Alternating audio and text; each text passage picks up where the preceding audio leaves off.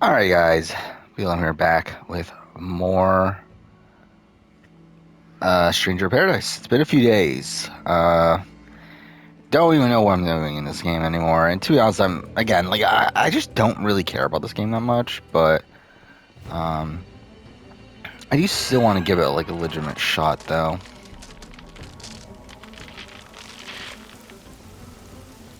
There you are. Still scared of lightning, Jet? Uh, Bet. Perfectly healthy fear. You go we'll see where I'm at by the end of this recording session. It is hazard. was it Thursday morning? Thursday? Yes, Thursday morning. I do go to work later. And have a little bit of time here. We'll probably play for like an hour or so. And yeah, I probably won't play any tonight. And tomorrow the plan is to get caught up on Big Brother. So it's like after this, like at best, I'll be back Friday night, I think.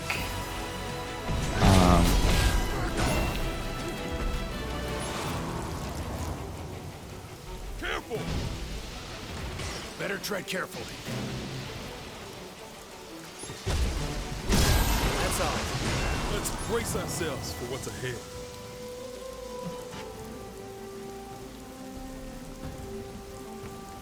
While I'm here, I might as well listen to podcasts because there's not much going on story-wise. Listen to Michael then on day 53 wins the veto. Taylor recap. And Kyle has that shot loaded up, locked and loaded on Monty. He's ready to take it. He's got everybody on board. When Michael is going to grab Taylor and Monty, Michael and Brittany, pull them up into the have not room, and tell them about Kyle's Cookout 2.0 comments and theories and actions. Taylor is not on the feeds for most of the day after this. It's difficult to say exactly what her reaction was. The best we have is on the episodes, but obviously I think we could probably say wasn't pleased. Wasn't pleased. Michael and Brittany are also going to use this information with Turner. Let him know and eventually convince him to nominate and evict Kyle on day 54. Once Kyle's on the block, Terrence starts pitching that they vote out Taylor instead on day 55, but it goes nowhere. Monty spends much of the remaining week telling Taylor that he'll need to go after Michael and she'll need to be on board. She says that she is on board. He tries to get her to go after Michael as well. She pushes back a little bit, saying, sure, maybe I'll do it, but in reality, they agree. She talks to Brittany about it. They agree they don't want to take the shot themselves. This is day 55, 56, and 57 because it's a very often repeated conversation between Monty and Taylor. This one? She has a long conversation with Kyle about what he did on day 56. Again, very gracious, very much making Kyle feel good. I mean, she tells him, "Look, it's not my place. It's not my job to teach you about this stuff." But ultimately, and this is not a game conversation, in my opinion, but just how she naturally approaches these conversations still makes Kyle, I think, feel better coming out of the conversation than he did coming in. Time for a change. She's going to reiterate her final three with Michael and Brittany on day 57, and that's really most of the week. Kyle is evicted. He doesn't really give. I couldn't find any solid indication of where he might vote with his jury vote, mostly because he spent most of his time talking about the whole situation. Of course, I think a lot of people, myself included, assume he would go Monty over Taylor. Not sure that he would go Turner over Taylor, considering everything, but we'll see. Of course, in this week, the after party dies, and Monty and Turner create a final two in the wreckage of Kyle's game. So we head into week 9. Week 9! I don't have anything. Where Taylor, yet again, gets a 7 in the stock watch. Michael wins the HOH. His plan is to target Terrence. He wants to stay true to the deal he made with Turner and Monty. And so he targets Terrence. He nominates Terrence and Melissa. So Michael wins HOH. By the way, Taylor, called cold-hearted. Ahead. Come on, follow me. Cold-hearted by Zingbot, which is later going to be used as ammunition against her by Monty. Michael tells her that his plan is to take out Terrence, and she's okay with that. That happens on day 58. After Terrence and Alyssa are nominated, Brittany approaches Alyssa to work together, and they talk about how they can't beat Taylor, Michael, or Monty in the end. That's day 59. When I saw this, I was like, day 50, okay, that's like less than 20 days ago. Brittany knew that Monty, Michael, and Taylor were the three biggest jury threats. She really felt like that Turner HOH where he took out Michael prompted him right into first place. Either way, though, they are still, again, Alyssa and Brittany both talking about Taylor as a potential jury threat here. On day 60, Michael wins the veto and doesn't intend to use it. Brittany is going to approach Taylor about Monty and Turner being too close on day 61. They wonder if they should try to rope in Alyssa.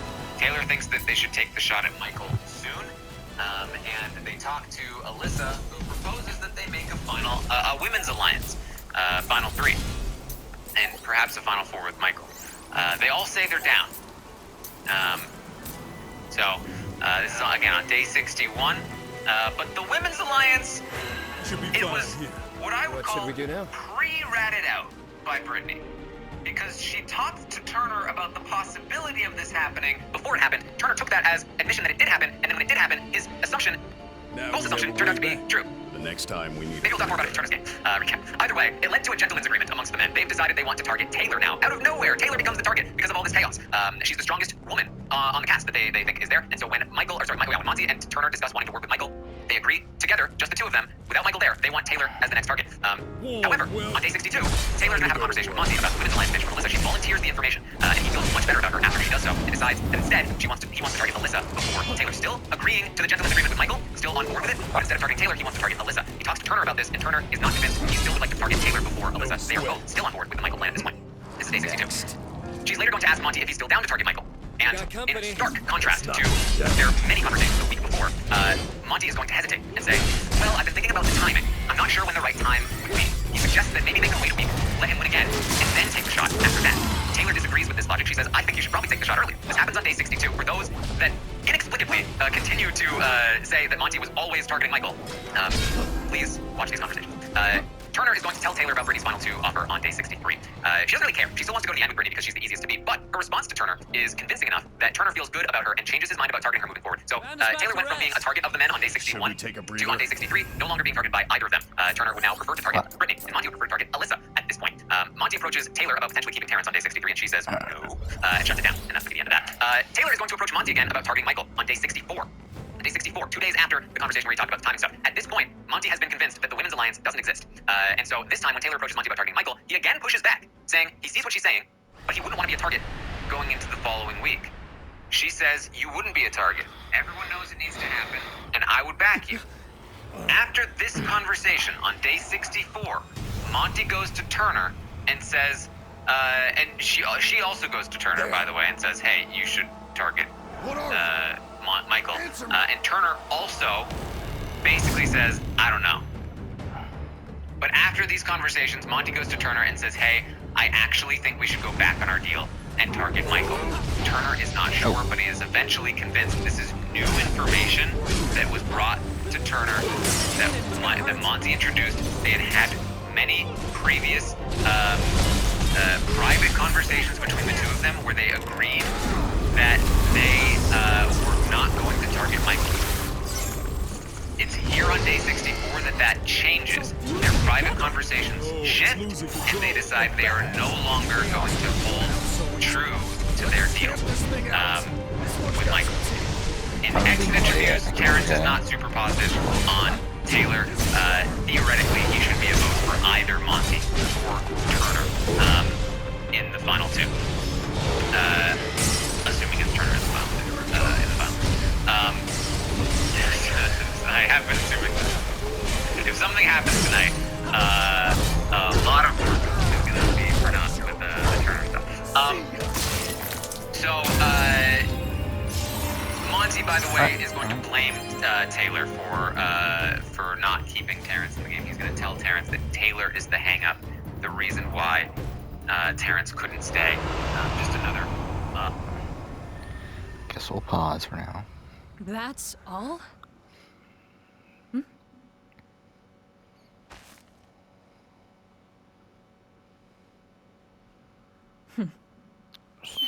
Wait up!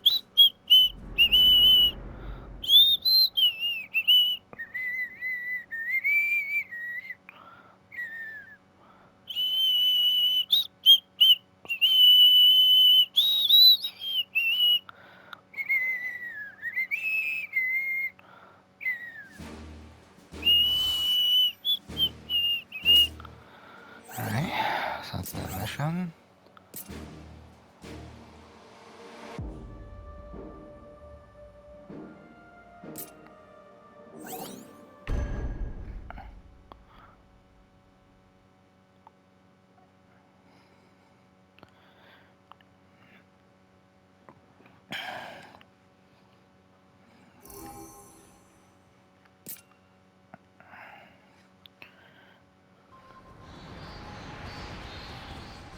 Lots of bats.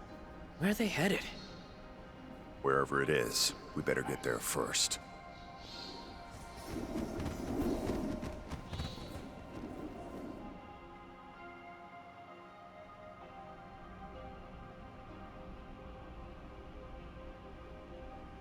Okay. Astos said there'd be a crystal at the top of the tower. And where there's a crystal, there's chaos. Come on. Log to add to that fire. So the gentleman's agreement, of course, was made and broken, and a women's alliance was also made and broken within the course of this week. Oh, that looks like shit. We then get to the double eviction in week 9. We are almost through here. Turner is going to win the HOH. Monty is going to win the veto, and though it takes some convincing, Monty gets Turner to take the shot at Michael, and Michael is evicted. Now, in exit interviews, Michael says that Taylor is gracious and that he would have wanted to bring her to the final 2. He says he gives Monty and Turner more credit for evicting him, though, than Taylor. He says of Monty, we'll talk about this, Monty, that Monty is diplomatic. And so, where will Michael vote? It's hard to say, but he did say many times in the house that Taylor was one of his favorite people and that he, loves her. So, I almost feel sorry for them. Keep it up, everyone. we head into week 10. See what's Head inside. into week 10.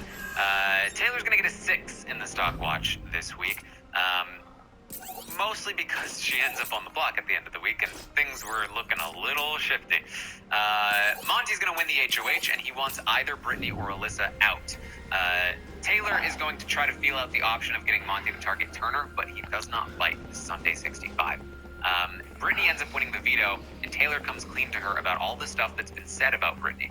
Brittany is upset, but gets over it, and they try to come up with a way to convince Monty to put Turner up in Enemy her spotted. place. Time This to is go. on day 67. Taylor again, though, is going to unsuccessfully try to convince Monty to take that shot at Turner. He ends up facilitating a final 3 with Taylor and Turner that she likes to call the girls' guys. And he ends up putting Taylor on the block instead of Wait, Turner. is the game still going on? Why is the game still going on when you're in the fucking main, like, system menu? So, That's really Taylor dumb. spends much of the rest of the week bonding with Monty. This is days 69, 70, 71. She's on the block, she's bonding with Monty, and things are getting a little bit... That's all. Focus on how we can do better next time. I think I'm gonna change the Yeah. controls. Turner's Bother gonna let right Taylor now. know that Brittany's been trying to convince him to cast a sympathy vote for Alyssa, but he doesn't intend to do so. This is on day 71.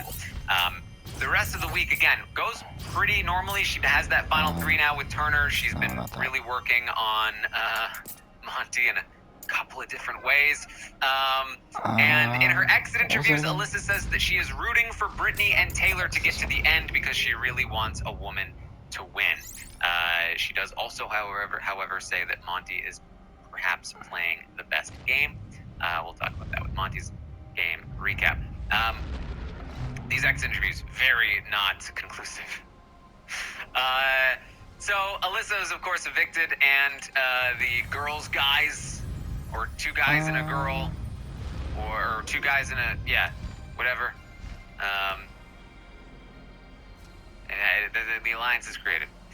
We head into week 11. I guess it's fine. I don't The know. last week that we're talking about. Feels weird. For now. Taylor gets an 8 in the stock watch. She wins HOH and she wants to take out Turner. But when Monty wins the veto, she's unable to convince him to evict him. Or at least likely is unable to convince him to evict him. This is day 72, day 73, and then here's me predicting the future. Day 79 when he chooses not to I evict can't Turner. do this for much longer. If you want to keep going. She spends much of the rest of the week having relationship talks with Monty. There's a lot of drama happening here. You've been listening to this over the last week. He promises her that he will take her to the final two. They study together to make sure that they can beat Turner. And she reaffirms her friendship with Brittany, promises her her jury vote, and says that Brittany says she'll really try to rally as many other jury votes for Taylor as she can. That was quick. So Victory was guaranteed. that's Taylor's game to this point. We've gotten through it. That's where Taylor currently stands. As things stand, she is about to head into the final three tonight on the eviction, as Monty very likely is going to evict Brittany. And as of right now, Monty seemingly intends to take Taylor to the final two if he wins the final three HOH. Taylor seemingly intends to take Monty to the final two if she wins the final three HOH. And Turner bring us back probably down. isn't winning that final three Go back HOH. and prepare. But if he does, seemingly will take Monty. Although I don't think any of that is for sure. So, let's do a quick summary. All right? First of all, Taylor has an average rating of 6 in the stopwatch throughout the entire season. If she, so worth noting, if she goes on to win, she will be the winner who has watched the least amount of Big Brother before winning the game since Hayden Moss. Interesting stat. If she wins without winning the final three HOH, she will God damn it! join Now an exclusive group. Oh. She will join Maggie, June, and Dr. Will as the only winners to win the game with fewer than 3 competition wins. this is throwing If me she off now. does win the final 3 HOH, there are a couple others to join that group. She will also be the first winner to come back from being Oh, on it's the for block strong in the thing. first week all the way until the eviction vote in the US. As well as the first winner to survive being on the block at least 5 times on eviction night. Could be 6 times. She doesn't win the final 3 HOH. But again, this is in the US. And of course, she will be the first black woman to win Big Brother US proper. Not celebrity. Some interesting stats. Now, here's the summary. I'm going to give you the summary now of the weeks through the game, and then I'm going to give you the sort of like wrap up on how I view Taylor's game. So, Taylor came into the game severely disadvantaged. Let's just fucking switch it because back, she wasn't I allowed guess. to be herself in the same way that many others in the game were allowed Everything's like to throwing be. me off.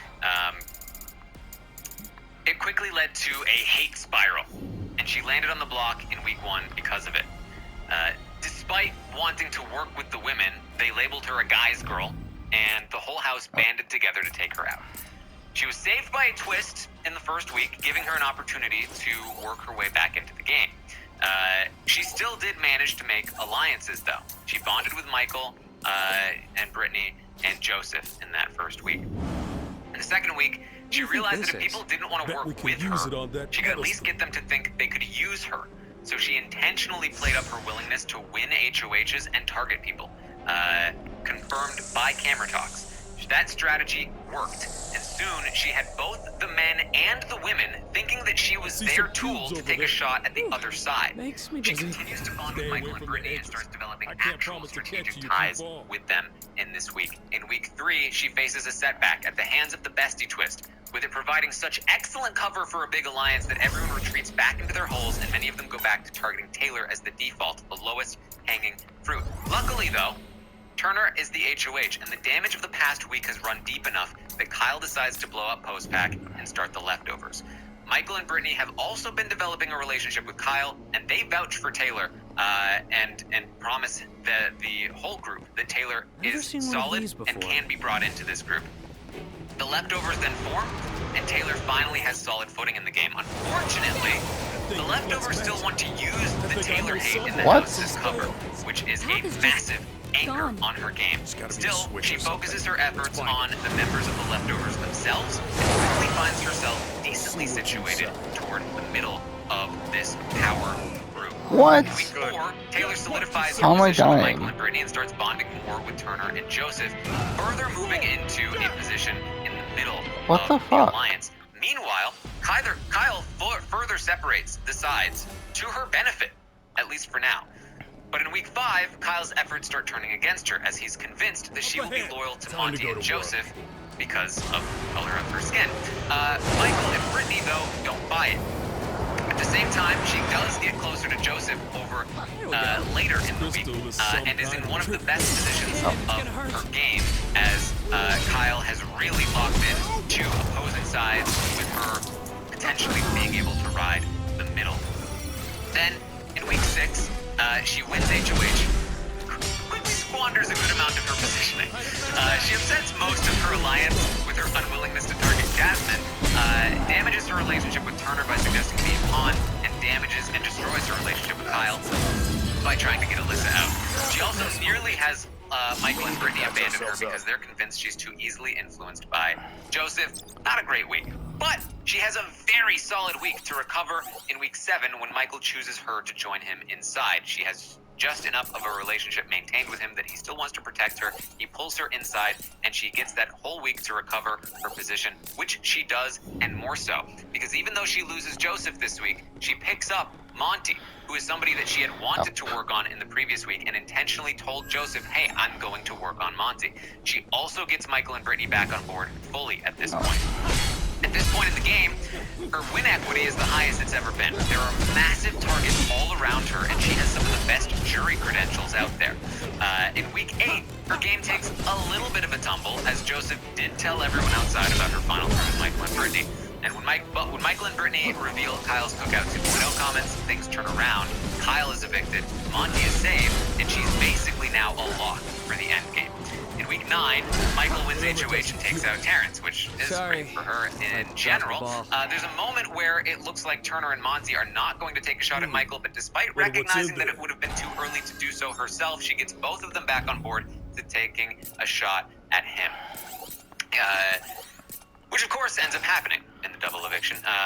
And in week 10, she gets closer to Monty and makes a final 3 deal with Turner. And then in week 11, she wins HOH, guaranteeing herself a spot in the final 3. She seemingly has locked Monty in as somebody that will take her to the final 2, but seems to perhaps mistakenly believe that she has a better chance to win against Monty than Turner.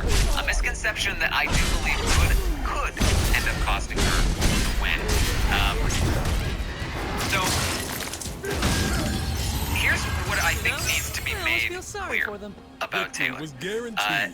There are almost zero cited incidents I feel like involving I've Taylor climbed this that were tower not before. shown on the Or feeds. Was it a different Again, tower? why This this whole place notion plays of like, tricks well, on the something must have happened, something must have been done. She entered the game and immediately was not given Makes the you same see space to things exist that that the aren't others really in the there. house Yeah. did have. Can't Her trust every anything move we've was seen. scrutinized both inside and outside the house, despite the fact that she consistently showed others the very grace they failed to give her, and then some.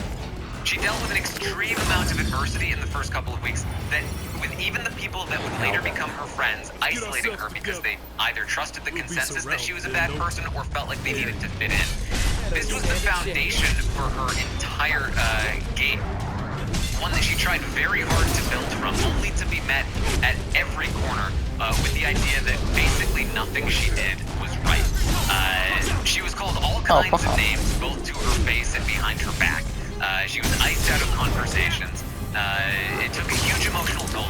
Even when she was able to find allies in the game, the force of the narrative behind her being ostracized was so strong that even her allies couldn't help but use it to advance their own gains at the expense of hers, justifying it because in return, they were at least keeping her safe. But even this just left her in a place where she was helpless to the whims of players who didn't have to deal with the treatment she dealt, which was frustrating for her.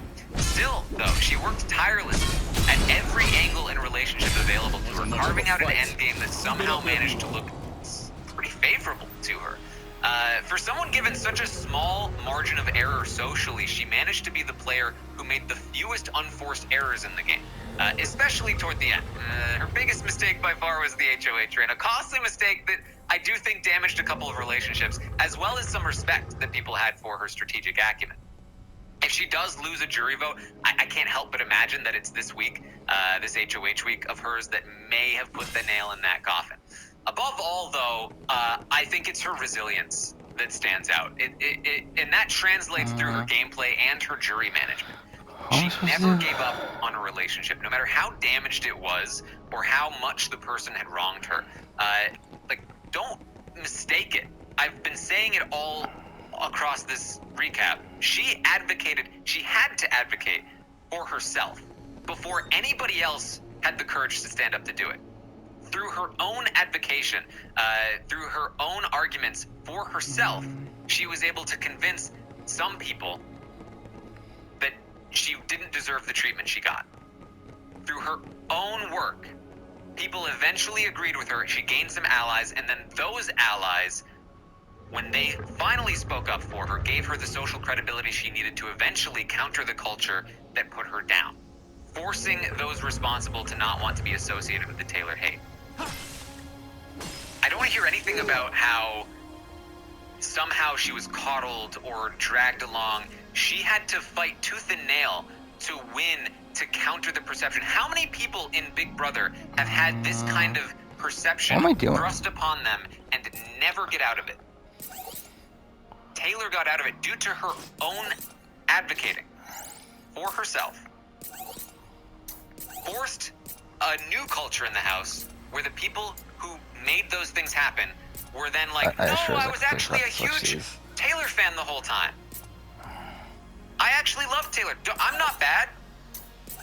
I think that's more of it, though. On top of that, instead of holding court, instead of pressing her advantage, she welcomed them back with open and forgiving arms, turning bitter enemies into people that said that their biggest regret in the house was not being closer to Taylor before they left the house, before they had any exit interviews.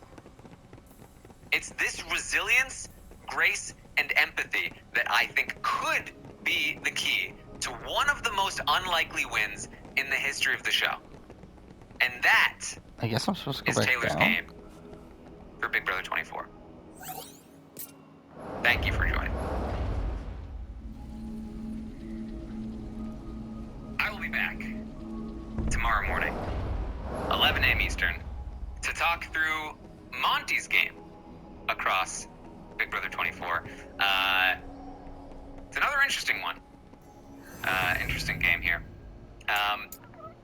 So tune in for that. Of course, tonight I'll be live on Twitch, twitch.tv/Taron Armstrong, watching tonight's eviction episode of Big Brother Live with all of you.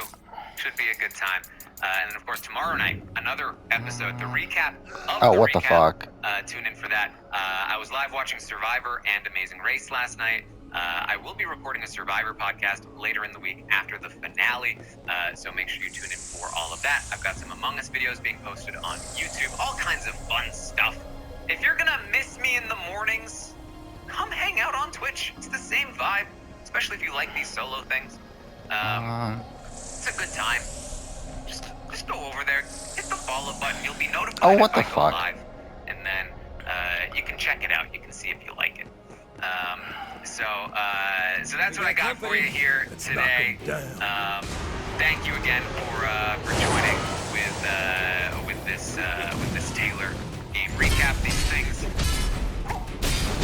They are a lot of work, but I think hopefully it pays off. So that's it. At Armstrong Terror on Twitter.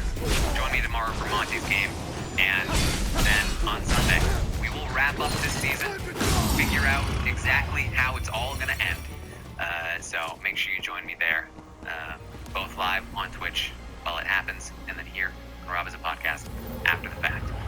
Thank you all again so much for joining me here today, and I will see all of you next time. I don't get what I'm doing.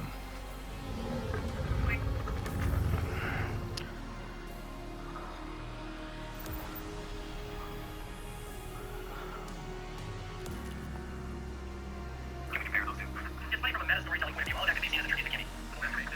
So there you go. A lot of love was seen here because we could see the beginning with Mike and the fire and the symbolism. But it was all about it was nighttime, and then we see Mike tending the fire, and then the colors fade in on the scene. It was really a lot of love. But I've seen a lot of love in general. I haven't spoken about this, but I just want to talk about it really quickly. Everyone's confessionals in this season. Confessionals where they're standing where the camera is pointed at. I mean, it's really beautiful. We look at all that sort of stuff. There's Mike doing confessionals in early seasons, and he's in between kind of split, burnt out tree. And it's just really interesting. Like now they're just like, that spot on the fucking jungle's fine. And that's kind of how it goes. There was really a lot of good care being put into this stuff back then. I like the one of Mike in the canoe. That's something I always remember. Yeah, with the moving background, it's really cool. And remember all the ones Nick does? He's sleeping. Nick had interviews? Yeah, he was doing lazy things. Everyone would be like laying down. Well, he did have the great confessional, and I don't want to pile on this. I know we're going on a tangent, but he does do the one where he's like, well, I'm in the kitchen, and I made a last chair here. I mean, it's not stuff we need, but it's kind of nice to find you home, and gives you something like work. There you go, perfect Nixie. He's thinking ahead of the curve. He's not lazy. He's smart. Yeah, not working hard. He's working smart. That's right. And getting back to the chocolate voting and all this, you get the description of Jerry Matthews' fantasy and what she wants to do. She wants something hot chocolate off some guy's butt. Some dude's butt. I like how she specifies that she wants hot chocolate and she wants to have sex with this guy while licking it off at the same time. Come on, where was the parental warning before that? Seriously. Like, come on, get these goons out of here. Bring out Gooch. Snapchat, I know, late 90s, early 2000s, speak some dude's bod. Some hot dude's bod. That's funny. It's fantastic. And then I may be many things, but I know where you are, and they bring on Gooch. Get rid of these goons. That's a great, yeah, that whole sequence is just hilarious. I wrote about that on the Funny 115 a couple times just because I love that whole sequence. And then I think they get the tree mail for the Survivor picnic. Just think what this picnic is going to give them.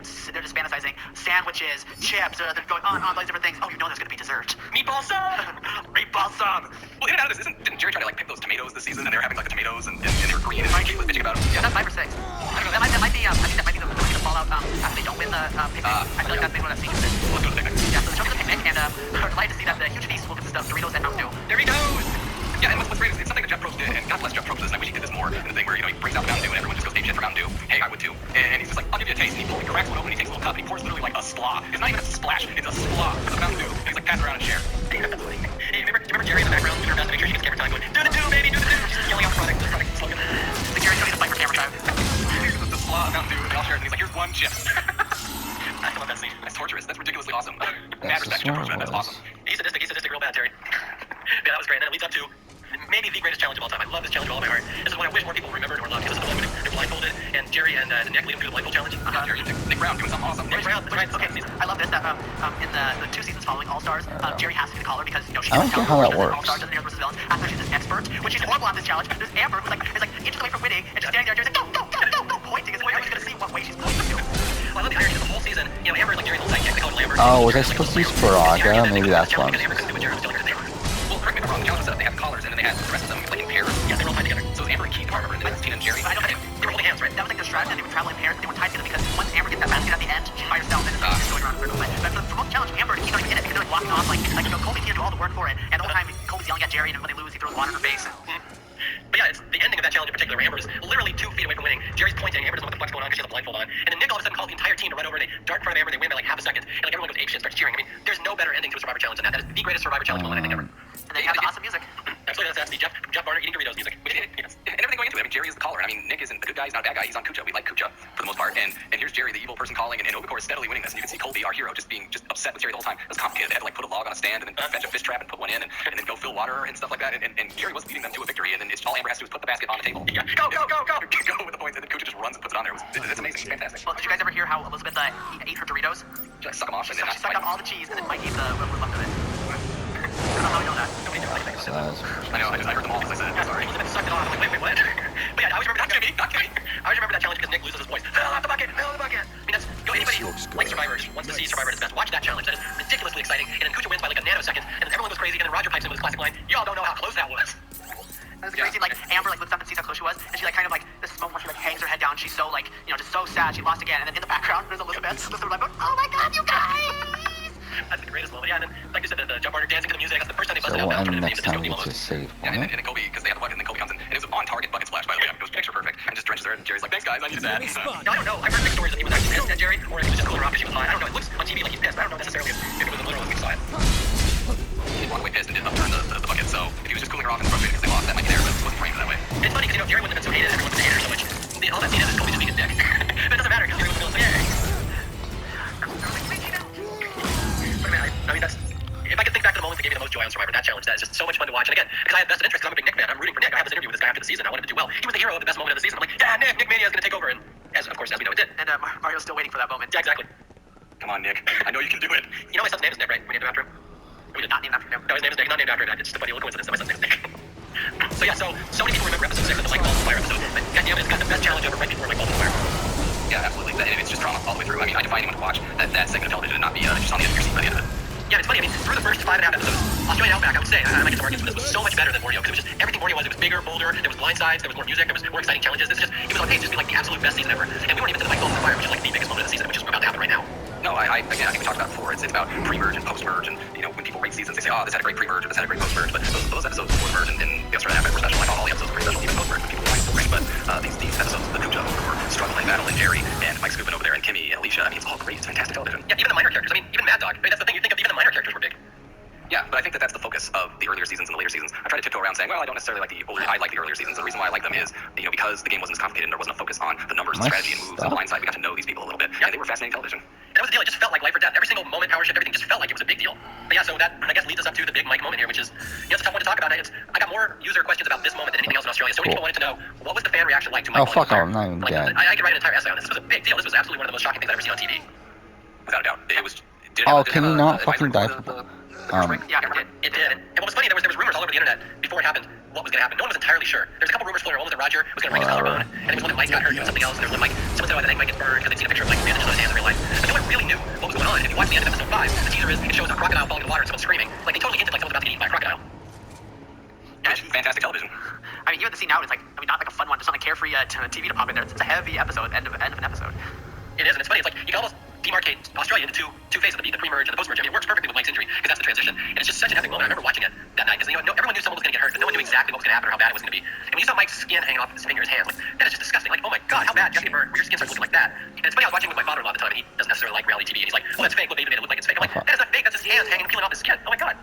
I can't even imagine the pain that he had. I just burned. Oh, what the fuck? Okay. Burn, you know, nothing to speak of. But I mean, it just doesn't go away, and it just intensifies. And he's there. I mean, he's got his skin is off his hands, and he's in that dirty water because that's only going to feel mildly better. And I just can't even imagine. I mean, it's really compelling television. And I have to say props to Elizabeth and a lot of people. I thought the Goose people handled that scene incredibly well. Not only did they handle it, but they narrated it perfectly. They all said, I mean, you couldn't have written their lines better. They said exactly what was appropriate for every little part of that scene. It's really well done, and it's amazing because again, it's not scripted. This is just them talking, I mean, off the top of their heads. Oh, is there like an Elizabeth's got invisible a good thing. Elizabeth did really well. If you notice, Mike, you know, when Mike burns his hands, he runs out in the ocean. He's holding his hands, he's pulling them up out. They're trying to give him instructions. He's there, and you know, they're pouring water on him and getting him, you know, his canteen. They're trying to keep him cool and hydrated and talking to him and making him stay awake. I mean, it is really good job by them because they're not the medical team. They're just waiting for the medical staff to arrive and do a really good job. And then we see the only shot that Mark Burnett makes it into the show is when they come out with the stretcher. Yep, absolutely. I mean, that's when you know it's a big deal when the producer shows up on a reality show. I mean, the show is so good at being like transparent. Where you never see the cameraman, you never see the army of producers and film people filming behind the scenes. Then all of a sudden they turn the cameras around and you see all these people just going crazy, running down stretchers, you know, medics. I mean, that's when you know something was a big deal. Like, it is amazing that they took. I mean, not to belittle Mike's part of all this, because obviously it was a big life-changing event, but like something that was this serious and this big a deal and this threatening to the franchise, and they turned it into a compelling TV episode that was still appropriate to watch at the same time. It wasn't we're not exploiting this guy's injury for ratings. It felt like it was appropriate to watch. They handled it sensitively, and it's amazing that they kind of handled it the way that they did. Well, I think it was a question that was on all of our minds. It goes back to the whole premise of Survivor at the beginning. You know, we all thought, hey, they're going to kill people on an island, and it wasn't that. It's this social game, voting people out of the tribe. But that survival aspect is in there, and I mean, it does cross your mind every once in a while. What if someone gets really flipping hurt on the show? And I first thought of that when they were jumping off the cliff in episode 2 of Australian Outback, and then you have Mike really getting hurt really, really badly, and you know, the medical immediately came in, they got him out of there, and you had a feeling like, well, they were prepared for something like this a little bit, and then you know, you saw it in the game, and you know, the fact that it happened in camp with everyone, you know, not around but around, and all that sort of stuff. I think it was really interesting. Especially with the narration afterwards, you know, with Elizabeth with the narration, and Jeff Varner's is almost heartbreaking. His talking about, you know, hearing it and all that sort of stuff. I mean, it's really, really gripping. And it's particularly noteworthy because Varner doesn't give those kinds of interviews. Varner's kind of snarks about everything. All of a sudden, he kind of drops out of Jeff Varner mode, and he starts telling a very harrowing tale of hearing this whole thing and what it would have been like to hear this and see it. Like, it really transports you right into that moment. It really kind of takes you out of your comfort zone. Well, he narrates exactly from the Yoga Course perspective, because he says, I'm sure the other tribe's going to hear about it, and they're good people, they're going to, you know, hope that everything's okay and everything works out, but they didn't hear it, they weren't here, and that's exactly what they did. I mean, they got the note, and Jerry got the note, and Jerry, our bitch villain of the season, gets the note, and you can see she's genuinely concerned. She's like, I hope they're okay, and, you know, they all sit around and talk about it, but I mean, it's exactly right. I mean, we saw the intense situation that Cooch is having to really deal with it firsthand. The Yoga Course going, boy, I hope they're okay, I really want that to happen, which is nice stuff, but, you know, they're completely separated from this whole incident at Cooch. And then they just have, like, the perfect way to end the whole episode. You know, it's always tricky when Survivor can't get into the tribal council, because that's just the format of the show, but I think they do a really good job with how they have to end the episode. Absolutely, it was the prayer circle, right? They all sit around. We're gonna win this for Mike. We're gonna stick together, and it like kind of fade down into the sunset or something like that. I'm like, that is the best ending to a Survivor episode I've ever seen. There's never been a moment in Survivor history where the audience was kind of yelling at behind one particular tribe, and they were behind Cujo right then, and all because of that speech, that prayer circle. Eating the fish that Mike caught. Absolutely. By the way, I got a quick tangent here to point out more evidence of how much Jerry was hated. This will shock a lot of people, but there's that whole episode of Mike falls in the fire, he gets hurt. They send notice over to Okakor, and Jerry's the one who reads the tree mail to the rest of the tribe. Hershey was just like, oh no, oh my god, you should have seen the message board that night saying Jerry was so fake, and the way she fake sympathy for Mike, bitch. Oh my god, she was fucking fake. And like that was everyone was half the messages were, oh my god, I hope Mike's okay. The other half was, fuck Jerry for pretending to be sad. This is how much She really couldn't win, huh? She couldn't win. I mean, she was legitimately sad. Or just give her shit. Oh, that's great. Yeah, because she comes back and she's like, we got mail. You know, Tina like, you know, woohooing that they got tree mail and everyone's glad with it. Jerry's like, no, this is strange. You know, she kind of drops the bomb like someone has been medevac away from the camp, and you know they get really somber and stuff like that. In the back, and everyone's like, oh, that bitch, she's got an ankle, doesn't she? Exactly. It was horrible. It's like poor Jerry. But anyway, yeah, it was, and then they didn't announce right away if Mike was okay. This was the thing I always thought was kind of cruel. They just gave Mike his final words, like, well, you know, it was a great adventure, blah, blah, blah. They just fade out. And they don't say, oh, by the way, Mike is in the hospital now and he's recovering. They didn't give you that. It's like, he could have died for all we know. Like, it was just speculation on the internet for like a week. It was nuts. Yeah, and because that was a big deal, the viewers asked what America was like after Mike falling in the fire. The answer was, holy crap, is he okay? Yeah, it was from everywhere. Everywhere. There was no update. There was no, I mean, there wasn't as big an internet presence as there is now, so you couldn't just click on the link and see what he was up to. Like, no one knew. We talked about it on shows. I mean, the whole next day was a buzz of, oh my god, what, and not just is he okay, and everyone kind of came to the conclusion that he's probably okay because they filmed it and they were showing it, and if he dies from that, that's not very cool. But even something like, oh, does he have use of his hands? Does he now, you know, he do have some sort of special prosthesis? I mean, the speculation is wild. Yeah, that's the thing. Even though Mike was kind of treated like a goober by the editing, I mean, if you watch, they kind of treated it like a joke. Like, people legitimately loved him all of a sudden. Like, wait, we're Mike, we love Mike. Like, there's a lot of retroactive. We liked him all along, which no one really knew. I think they kind of treated him like a mascot. But it was a really jarring character shift that everyone, audience and players, were suddenly very concerned about Mike as a human being. It was really the first time you kind of had that crossover in Survivor. We say the same, very same thing over and over again. But yeah, it was a big, shocking TV moment, and I don't think a lot of people had ever seen anything like it on TV before. This was way before people were medevac from Survivor. I think he was the only medevac of like the first 11 seasons or something like that. Yeah, Bruce is the next one. 11 seasons, or I guess, well, yeah, 11 or 10 seasons later. Yeah, 5 Let's see seasons. Yeah, what's that was the thing. inside, Can't put Bruce as the next medevac. Yeah. Well, okay, you might be able to count Austin in there, because technically he might have been a medevac in a sense because his body was shutting down, but his body was a temple. It was a temple. Yeah, it was a temple. It was a temple real bad. So yeah, I mean, yeah, that was the deal with Mike. It was a huge moment, and I cannot believe they did not pick him in any All-Star season after that. He should have been the biggest no-brainer in season 8 in like fans versus favorites. At some point, it's the most compelling thing of the first, you know, dozen seasons. Like, what would have happened if Mike had stayed in the game? This is we'll talk about this later, maybe in the next podcast. I don't know if we have time, but what would have happened if Mike had stayed in the game? This is a huge question in Survivor history. What if games are hard? I don't like the what if games. What if this person had stayed, or what if this person hadn't turned on their alliance? Yeah, especially with the game being so complicated now. You know, everyone plays, what if this happened and this and this and this? But I think the really easy what if game is what happened if Mike hadn't fallen into the fire, because that is just a completely left field variable that happened, and it completely turned the game on its head because we don't have an Alright, we don't know if Kucha's going to go 6-4 into the merge. Next like they wanted to go 5-5. episode. If they go 5-5, who's voted out from Kucha? Because it's probably not Mike. Yeah, I don't know. I think we should save this for the next podcast. We can talk a lot about this. We're kind of running close on time here. But yeah, this is a big deal, and that's the thing. We end episode 6 of Survivor with this great speech. You know, I forget who's the last person to speak. It might be Jeff, who says we're going to chew him up and we're going to spit him out, and that's what Mike would have won. We're going to win it for him. You know, they fade out. Like, what an amazing episode. I mean, again, not to take anything away from Mike's suffering, but man, you just do not get 6 better episodes than the 6 in a row at the start of Australia. That's about Survivor at its peak, in my opinion. Just epic. I mean, you can't recreate what they did there. No, nothing. They couldn't have planned for that. They couldn't have planned for Mike falling in the fire. And to their credit, they made lemonade out of lemons. They had this horrible situation. They could have torpedoed their entire franchise, and it became one of the most epic episodes ever. And, you know, you could go into all these debates about should Survivor exploit people's suffering, but